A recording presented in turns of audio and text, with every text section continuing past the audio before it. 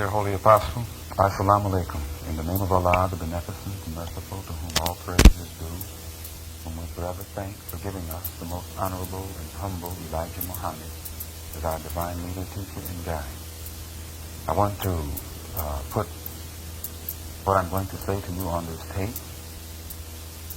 for two purposes. Number one, I want to really apologize to you for having let you down, for the mistakes that I've made, especially during the past year. I want to confess my fault, confess my wrong. I want to confess my weaknesses. I want you to know that thanks to Allah and you, I'm able to see myself better now. I'm able to see my weaknesses better now and my shortcomings better now. I do believe that in seeing them better, it may be possible for me to overcome them and become a better person. At least I am praying to Allah that this is the case. And above all else, I'm praying to Allah to put mercy and forgiveness in your heart. And if you weren't merciful nor forgiving toward me, I could well understand it. The purpose in my making this tape, I would like to try and give you a better understanding, or at least a knowledge of what it was that brought about such weakness in me, or brought out the weakness in me and the fault that was in me.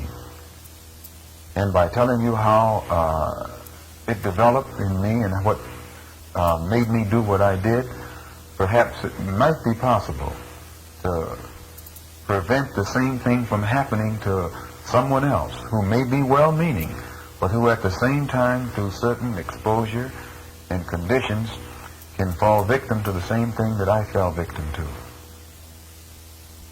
In telling you these things, I hope that I don't sound like I'm going to be passing the buck. I hope that I don't sound like I'm trying to get others in trouble just because I'm in trouble. I hope that I don't sound like I'm trying to make things worse than they are. And above all else, I hope that I'm not getting too deep into matters that don't concern me. But I can see that the wisest course for me to take on this matter actually would be the course of silence. I should forget it. I should not have another word to say about it. But I want you to have a case history of everything that led up to this, so that you can see all of those who are around you, the part that they played in it, and then weigh the whole situation for yourself.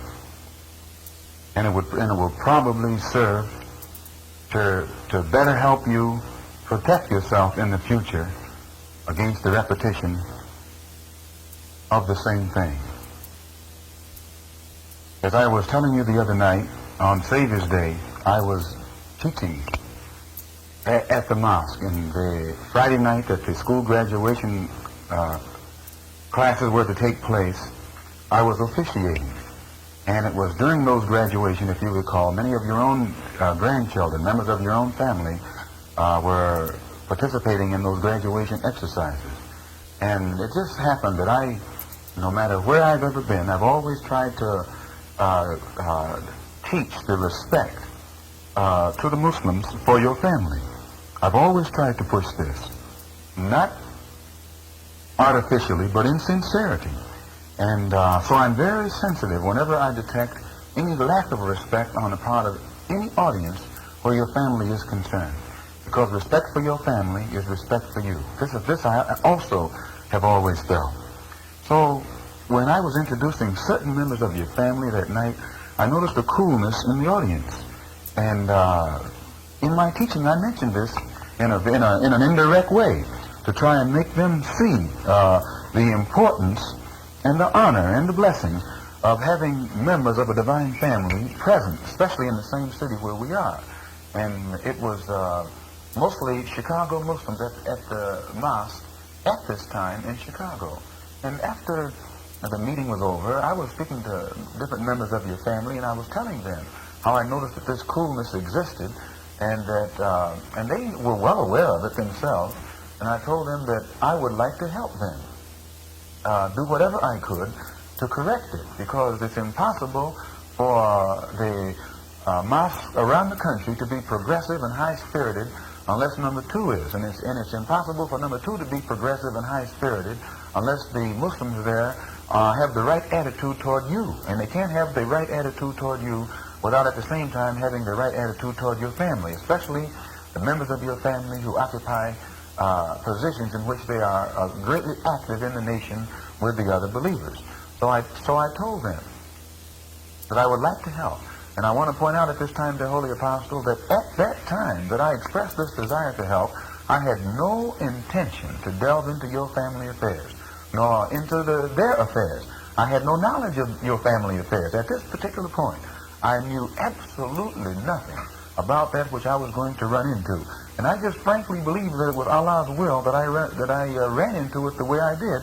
And I hope that my running into it didn't cause repercussions that were damaging and too hurtful, or that cannot be corrected and repaired. I told them that I wanted to represent them to the Muslims in Chicago, but that I would need their cooperation. That the only way I could represent them in such a manner to exalt them, they themselves would have to change their own attitude and become more cooperative with the believers, as well as the believers being cooperative toward them, or become more concerned, genuinely concerned with the welfare of the believers, as they would want the believers to be genuinely concerned with their welfare. And after I had this talk with your family, and as I say, I still wasn't getting into family affairs because I knew nothing about family affairs. I had no knowledge whatsoever of what was going on or what was being said. But it so happened that I had dinner with Brother Wallace. I think I had a dinner with Brother Wallace that same night. And I noticed that he had changed somewhat since he came out of prison, but I just attributed it to the confinement in prison. And that night at the dinner table, just he and I, his wife served the table, but she wasn't in the dining room. Just he and I were there, and he mentioned to me, he wanted to ask me how I could be so cool and so calm. And I knew he was getting at something, but I didn't know what. And then he told me, didn't I know what the people in Chicago were talking about, both in the mosque and outside the mosque? I told him no. And then he began to hint to me about things that were being said about you and about these former secretaries, and the part that these secretaries themselves had in spreading these rumors. And he said that it was the talk of Chicago. Lost Founds had approached him with it, and Muslims right in the mosque had approached him with it. And he said that the thing that had him really shook up was that the officials there in Chicago were scared to death, but they were pretending that nothing was wrong, and they were acting actually like ostriches that put their head in the sand while the entire body is still protruding, just pretending that nothing is wrong when everything is wrong. And I asked him, I began to probe him completely, and he said that the officials were not informed. I asked him if you knew about this talk and the seriousness of it and so forth, and he said no, that the officials there were not informing you of the seriousness of the talk. And my immediate reaction was one of great apprehension, because when he told me it the way that he did, and when he also told me the degree to which these sisters were talking, especially Sister Ola, it caused me great concern, and I expected to wake up the next morning and see glaring headlines in the newspaper. In fact, I told him that in my opinion, with this type of thing being talked, that it was nobody but Allah Himself who could have exercised the power to suppress it and keep it out of the news. This to me was one of the most significant things, that it could be talked about, and at the same time it be kept out of the press. And then again, as I began to listen to it, I told him that I could better understand your burden, that I could understand your problem, that I could understand that at a time when you were as ill as you were, and if you recall Savior's Day, you were very sick, that it stems from, I told him that your problem stemmed from your not having anyone that you could talk to, anyone whom you could trust, anyone who would understand the situation as a divine man would understand it. And that I felt that your burden was greater now than ever before, and that you needed someone to share your burden now more so than ever before. I also told him that I felt that you had tried to tell me about this many times, because as Wallace began to tell me about it, I told him that one time I was with you in Phoenix, Arizona, and you and I went out driving, and while you were parked in the car where there was no one else, you began to ask me what did I think of Sister Evelyn and Sister Lucille and some of the others, and you mentioned that you thought that Sister Evelyn that they were all both very good and well-meaning sisters who had just made a mistake, and that you felt that especially Sister Evelyn was strongly spiritual, and that she had written to you expressing a desire to go to school, to attend some kind of school, and you wanted to get in touch with her. And that when I got back to New York, if I would call Brother Lewis, I think it was, and have him tell Sister Evelyn to call you, give her the telephone number. And as you were talking to me, deep within my mind, I think right then, I sensed something, and I really felt that you were trying to tell me something. But the implications of what you were trying to tell me was too much, and I also felt that I cut you off, that I blocked you out. At least I blocked out the conclusions that my mind was trying to lead me toward. And I did not want such ideas to come in my head for fear that Allah would chastise me.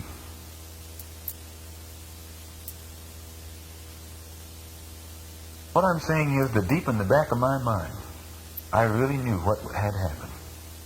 But for fear of Allah's chastisement, where I could dwell on such, I threw it completely out of my mind. Then I told Brother Wallace that when you had come to Chicago to the McCormick Place, make your McCormick Place speech, one day I came to your home and Sister Shirley, Brother Wallace's former wife, was sitting in the den, and she had this little baby in her lap, and it was a beautiful child. And I asked her whose it was, and she said Sister Ola's. And I didn't ask any more questions.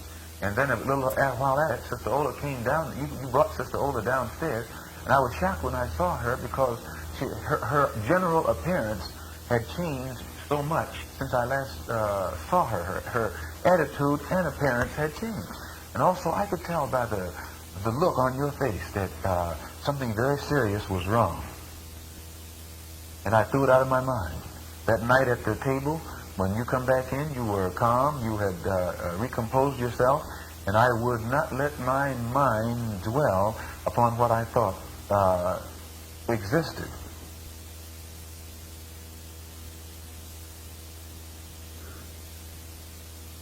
The next day, I think I had one of your cars, and as I was driving up to the house, it was then that I saw Sister Ola and Sister June with some children, and they were trying to get in the house in the company of a police officer.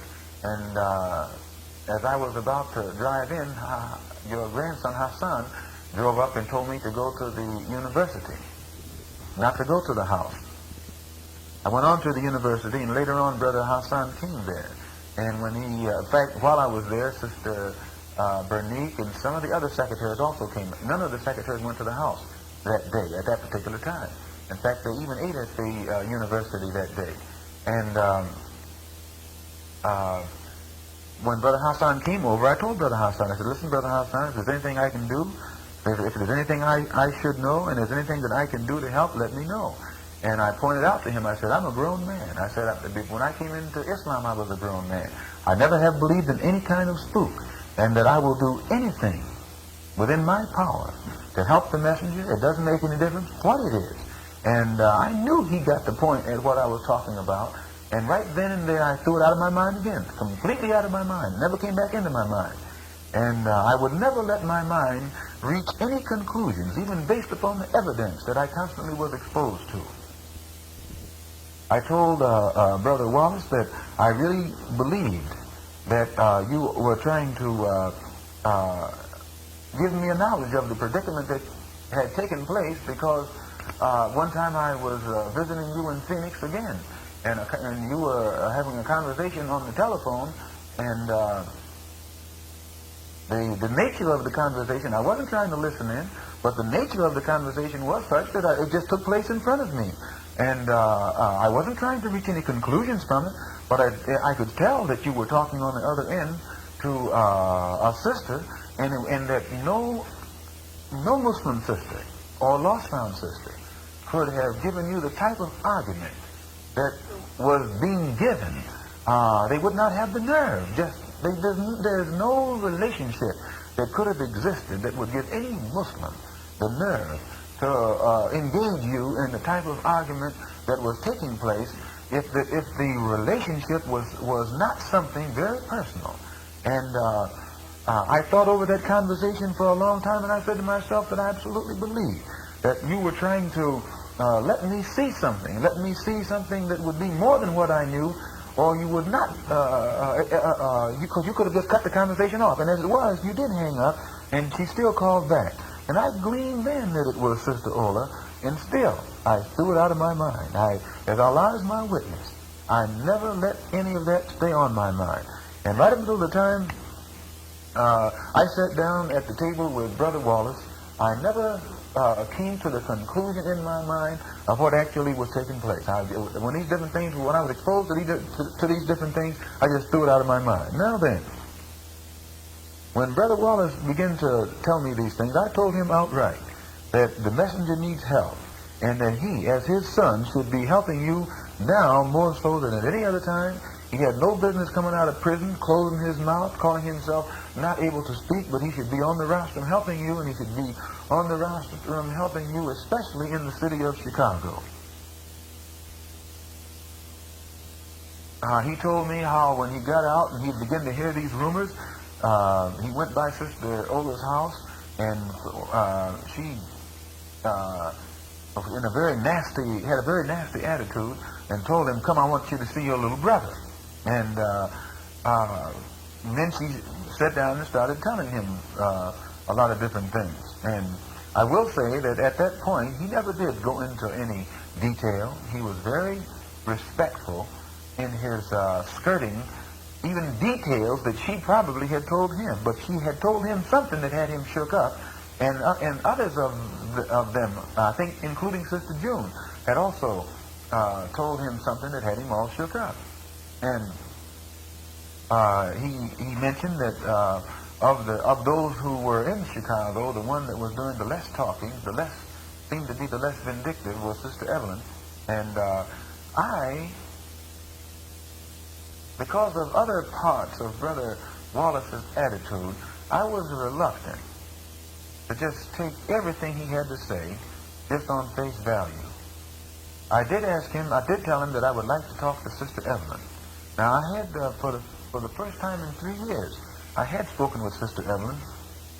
Brother Joseph and I had spoken to her at the bazaar on that Saturday. And by me teaching there in Chicago, and by me realizing that the morale of the mosque was very low, my whole teaching was designed to elevate the morale of everybody in that audience. And everybody that I saw sitting in the audience that had special problems, I would try and inject something in my teaching to give special incentive and higher morale to them. And it had up Sister Evelyn's morale, so much so that for the first time she actually was aggressive in speaking to me and congratulating me on the way I had taught, and was telling me what inspiration it had been to her and so forth.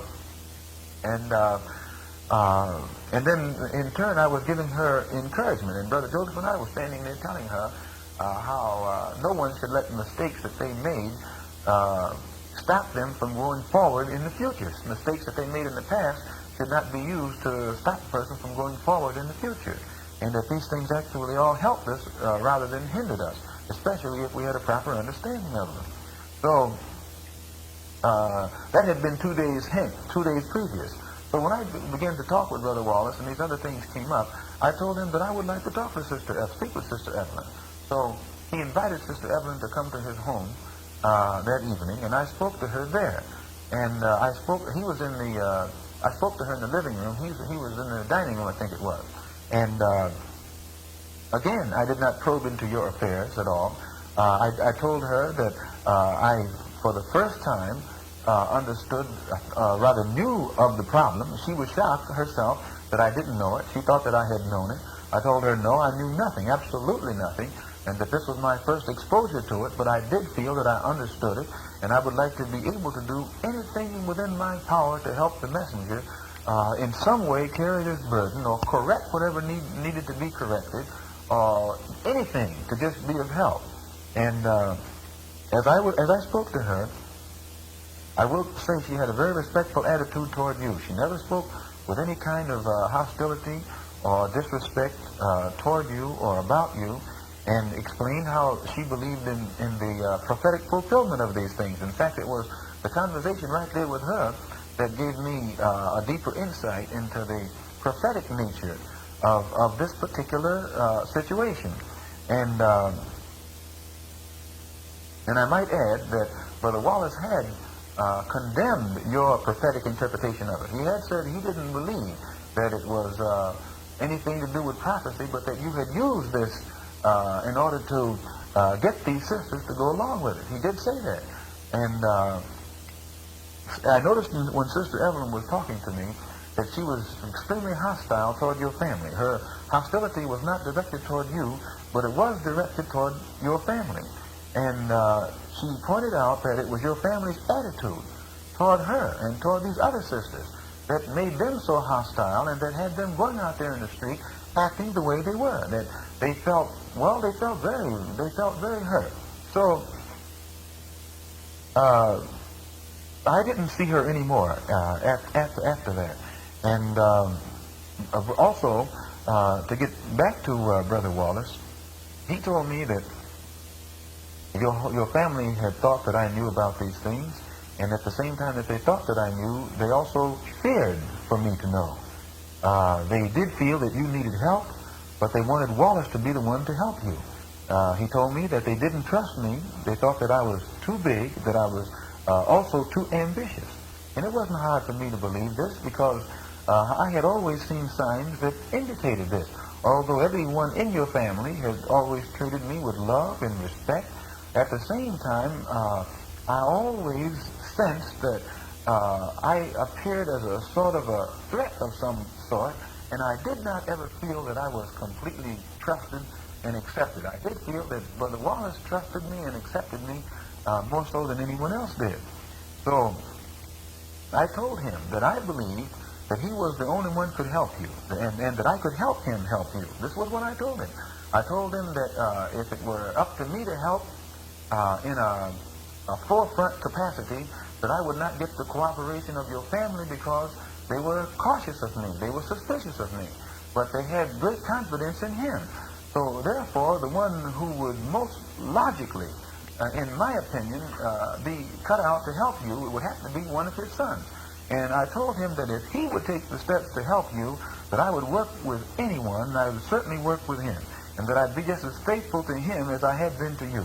And I also told him that he should sit down and write to you immediately, and that he should visit you immediately. And if you recall, that night, I wrote you a letter telling you that if I were you, I would have Brother Wallace come immediately to speak to me. And I'll tell you again why I kept stressing this. Brother Wallace, as he sat there, was telling me that he felt that he was born to help. And since you had always taught us that the Savior had told you that he was going to give you a helper, and that Wallace was that helper, then the Savior must have put something in him that enabled him to have an understanding above and beyond the understanding of others. He told me this. And he said that and then he began to show me where he felt that you didn't want him to help. Because you felt that he could see things that others couldn't see, and that the things that he could see were things that needed changing, and that you knew these changes were necessary, but that you were afraid that if you were to make these drastic changes, that your followers would think that you were compromising, or that you were going against what you had been teaching them, or something to that effect. So he said that some of the things that needed to be changed were teachings about God and the devil. That the teachings on the devil should be toned down. That our people, the Muslims, that we should have a program, a more broadly based program that all of our people could participate in. That we should place more of an emphasis upon religion, and that the religion should be so broad that even the devil should be made to feel that it will help him as well as help our people. Then he began to talk about how Muhammad, 1,400 years ago, took Islam even to the governments of that day and offered it to them as a solution. These are some of the things that he was saying. The thing that he said that frightened me was that, and he said that this was the reason that you didn't want to see him, because you knew that he had an understanding of things that others didn't understand. And he said that that you knew that Master W.F. Muhammad was not Allah himself, that Allah himself was infinite, an infinite power or something to that effect, and that he said, if you notice, whenever the messenger refers to Master W.D. Farad, he says, Allah who came in the person of Master W.D. Farad, which means that I think that he meant that Master W.D. Farad was sent by Allah. This is the understanding that I got, that Master W.D. Farad was sent by that force, which is Allah. And that he himself never told anyone that he was Allah, and that he never told you that he was Allah, but that you were the one who taught that he was Allah. And, when he began to talk like that, I probably looked at him more closely than I had looked at him yet. And I was somewhat frightened. I never agreed with him on Master W.F. Muhammad not being Allah. I encouraged him to visit you immediately. I would never say anything to Brother Wallace while he'd be talking to me that would make him think that he shouldn't talk to me. But as he talked to me, I would continue to urge him to visit his father and sit down and discuss these things with you. And that night, when I would go back to my motel, I would write to you and tell you to command Brother Wallace to come to Phoenix. And I think if you recall my letter, these are the things that I said to you. Yeah, I know that he spoke of these things to his family. They knew his ideas. I didn't want to contradict Brother Sharif when we were at Phoenix the other night. But I do know that Brother Wallace told me that he had spoken to Brother John and to Brother Sharif and to his brothers. Whether or not he told Brother John and Brother Sharif this, I don't know, but I do know that he spoke of it to his brothers. And right at that time, I was riding along in the car with Brother Sharif, and I told him one day that because it was about the convention, and at the convention time, and I told him that a lot of times, a lot of Brother Wallace's ideas are softer than the messenger's ideas. And Brother Sharif did tell me that anytime the messenger tells you one thing and Brother Wallace tells you another thing, always go the way the messenger tells you. And I did wonder at that time even if Brother Sharif knew the extent or the depth of the things that Brother Wallace was saying. I do know that Brother Herbert felt me out. Brother Herbert went out of his way to feel me out on the depth of some of the things or the extent to which Brother Wallace had been talking to me. But now, I did feel when Brother Wallace was telling me these things that the things he told me and that he also told your son that they had reported to you. If you recall, every night I would sit down and write you a letter. And Brother Wallace told me that someone there had gotten, he told me that you had called and told either Sister Sharif or someone there at the house that I was writing letters to you trying to turn you against your own family. And I think that this is the thing, that this was the beginning right here of my crime.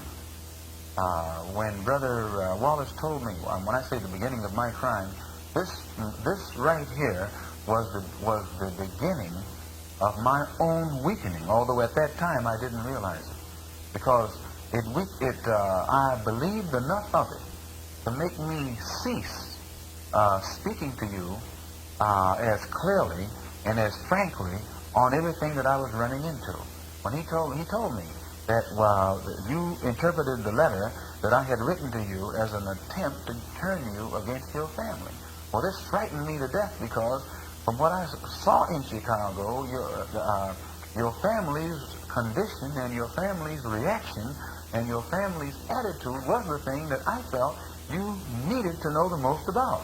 So that I couldn't even conceive myself of being helpful at all in reporting to you the fullness of the problem in Chicago without writing it about your family, because they were the ones who were involved. So, and he also told me that you had called your wife, that your wife had told him that you had called her and told her not to let me use your car. You were indignant over my use of your car. And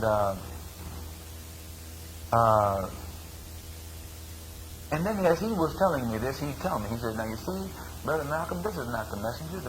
This is not the messenger that I knew. This is not the man that I used to know. This is the man who's burdened. This is the man who's sick. This is the man who's desperate.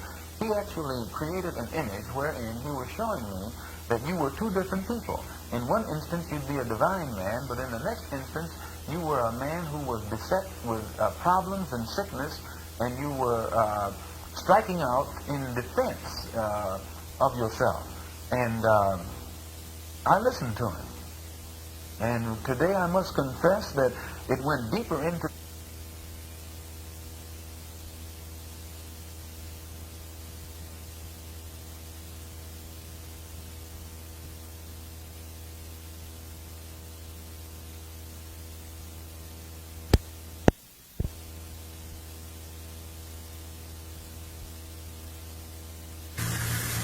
For many years, I have begged them to consider and in a conference to get together, to consider and having a conference together on what Allah has revealed to me of the truth. The truth that we might come to some final agreement to work together for the one and same common cause, to elevate our people into the knowledge of self and others, help and create the unity of purpose, that we may be able to acquire some of this earth.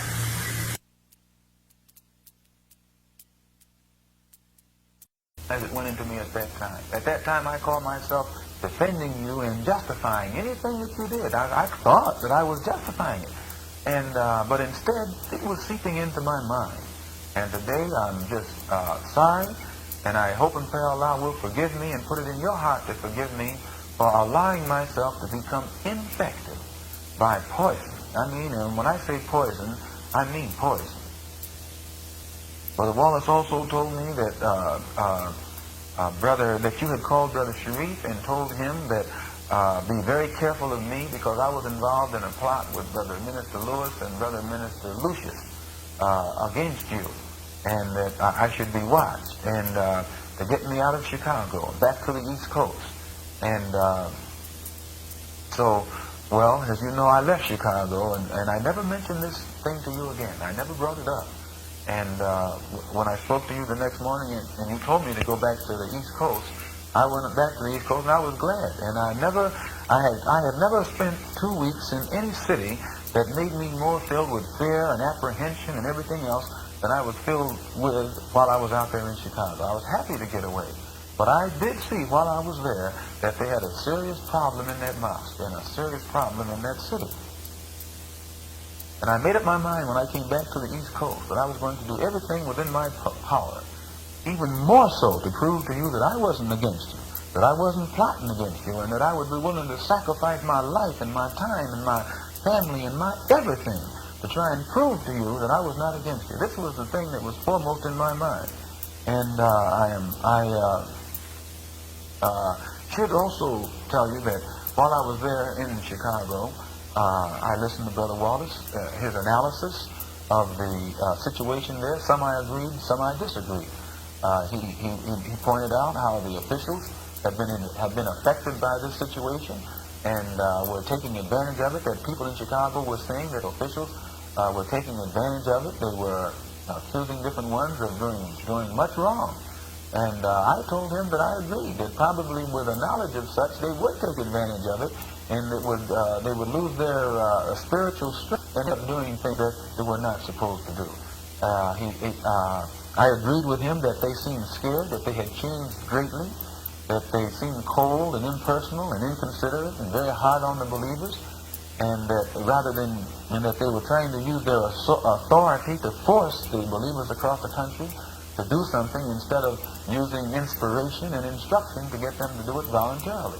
And that I did feel that, without even realizing it, in much of their action, it appeared that they were trying to protect themselves instead of protecting you and instead of protecting the nation. I agreed with that, and I am guilty. I'm guilty of that analysis of the officials in Chicago. And then I have heard you yourself criticize your Chicago staff to the point where it always made it almost impossible for me to just submit 100% to something that I felt was coming from them instead of coming from you. And also, it was being rumored widely that they were taking advantage of your situation.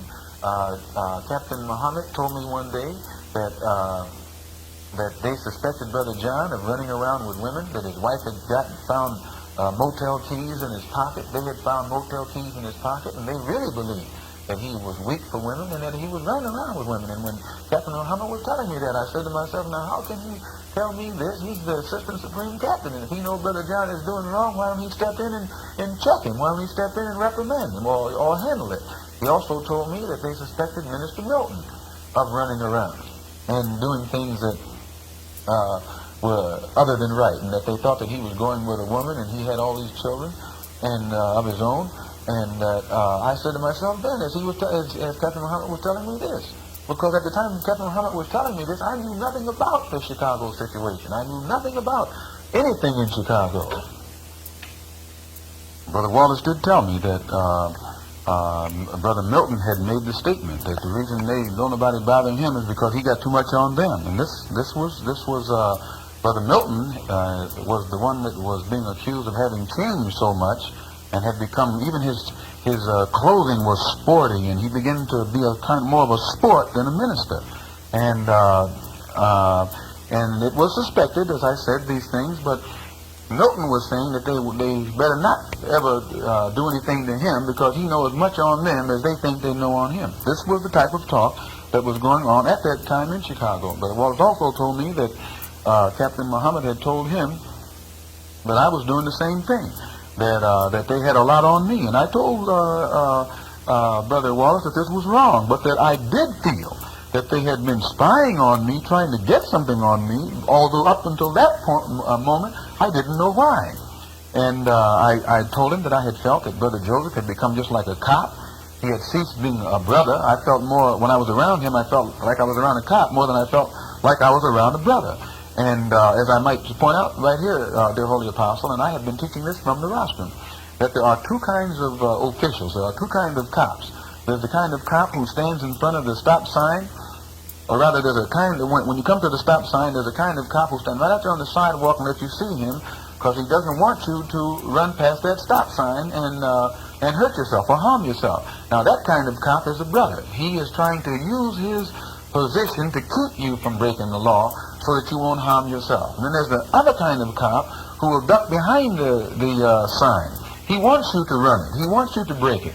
And then he wants to pounce out and take you before his superiors to let his superiors know that he's on his job and pat him on the back and things of that sort. So I did agree that Brother Joseph had become the second kind of cop, not the kind of official who wanted to use his position to help the believers be more spiritually strong or to not break the law, but he wanted to see somebody break the law so he could step in and pounce upon them. And not only was he that way, I had gotten the impression that this situation had developed. The same situation had developed in most captains from coast to coast, and that the captains had definitely developed an anti-minister feeling, and this was creating a division in most mosques between the minister and the captain.